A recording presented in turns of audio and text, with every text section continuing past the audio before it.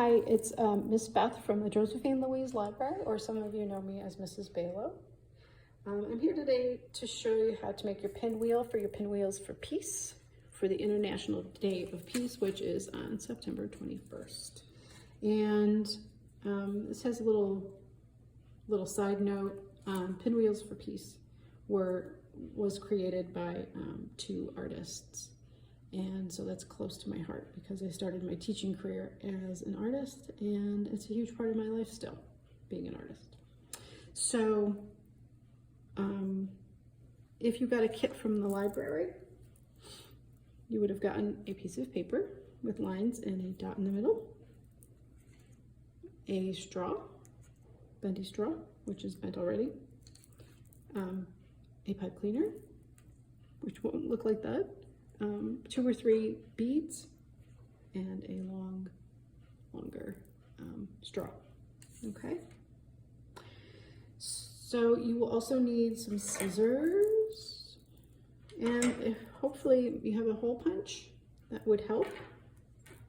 And you may need a ruler, and I like the metric measuring way to measure. So mine has metric and inches on it. Okay. So to get started, you are going to color your square. And you think of things that you like: hearts, flowers, butterflies, maybe geometric shapes.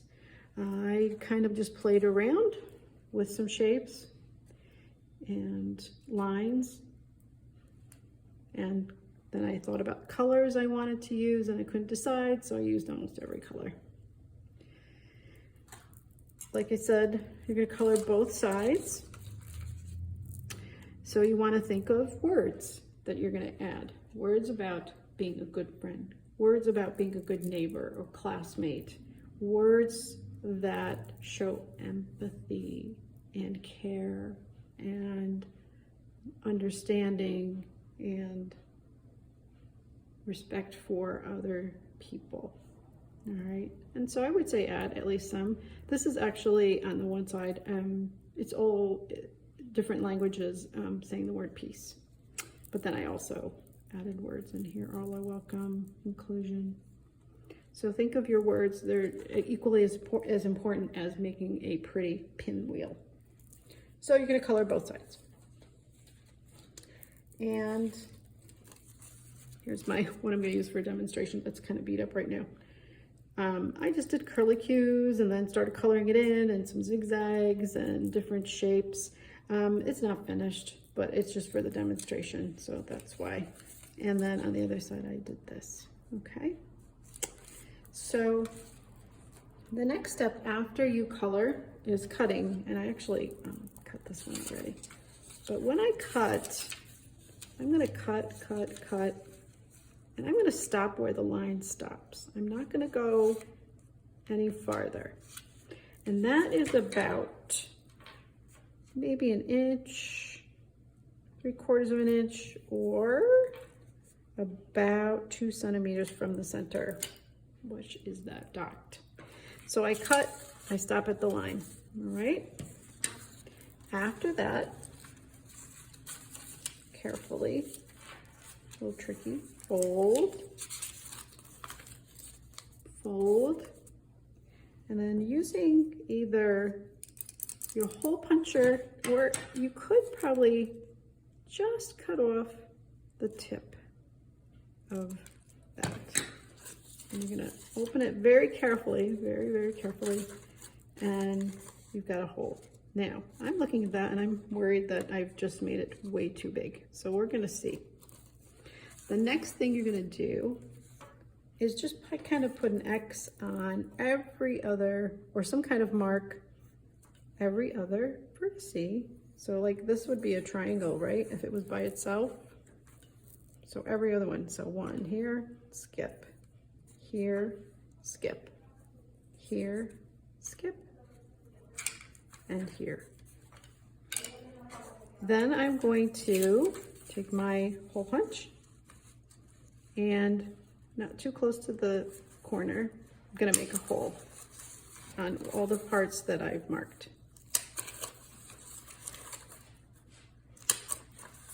So every other one. Okay. So I've done that on this one. Now I'm going to tell you what I just was saying about the hole in the middle. I know I made this one too big, and it's going to cause a problem when I go to put it on to make the actual pinwheel. See here how it stops at that first bead that I have here? If the hole is too big, it goes over it. And then your pinwheel does not work. So that's the problem. All right, so now you're gonna take your straw and bend it, which I've already bent it. You're gonna bend it. Then you're gonna take your pipe cleaner and you're gonna wrap it around like a hug. Wrap around, 1, 2, wrap around. They look like little arms, looks like a little guy. And you're gonna put them together, and actually see how they're a little uneven, but that's okay. Put that bead on, push it up as far as you can, close to the straw. So I'm gonna just slide this on and probably not use it though. Now I'm gonna show you again. See how it went over the bead? When I put this together, it wouldn't work right. So I'm not gonna show you that. Oop.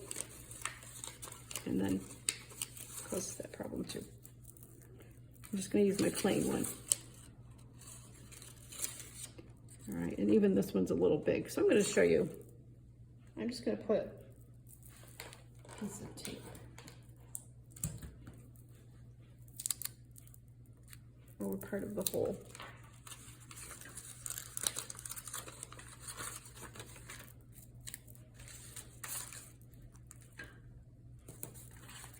And just do it on both sides so it doesn't stick.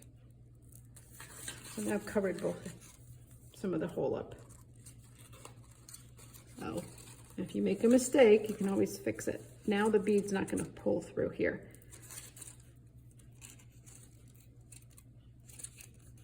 So now I put every other one on here.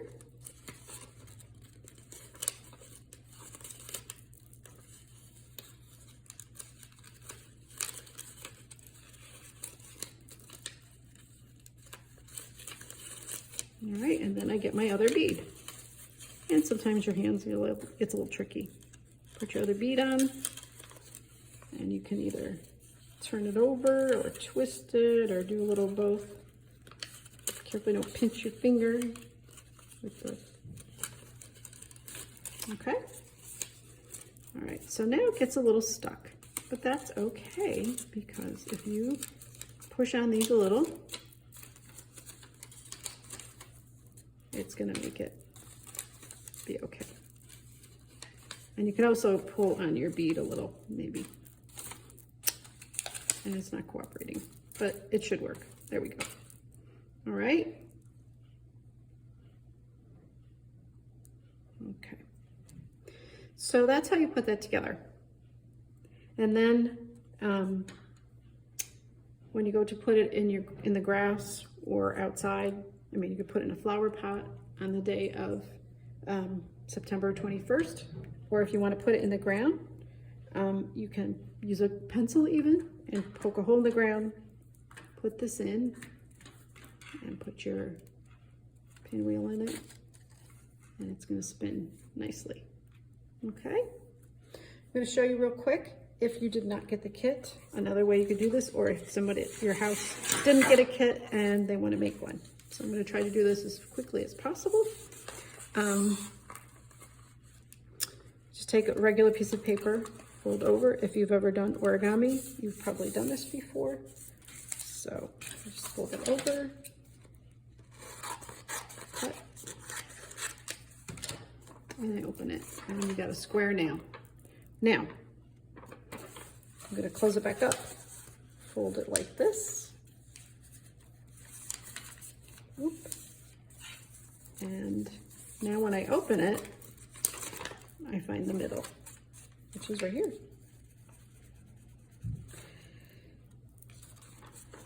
this is bigger than the ones that I sent home. So if you decide you want a smaller one, just fold it back up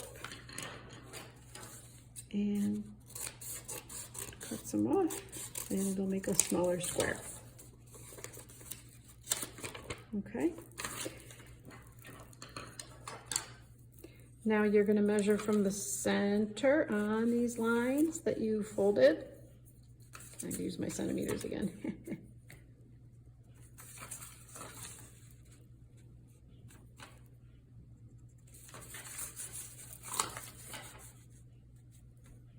And it can be a little off. It doesn't have to be perfect.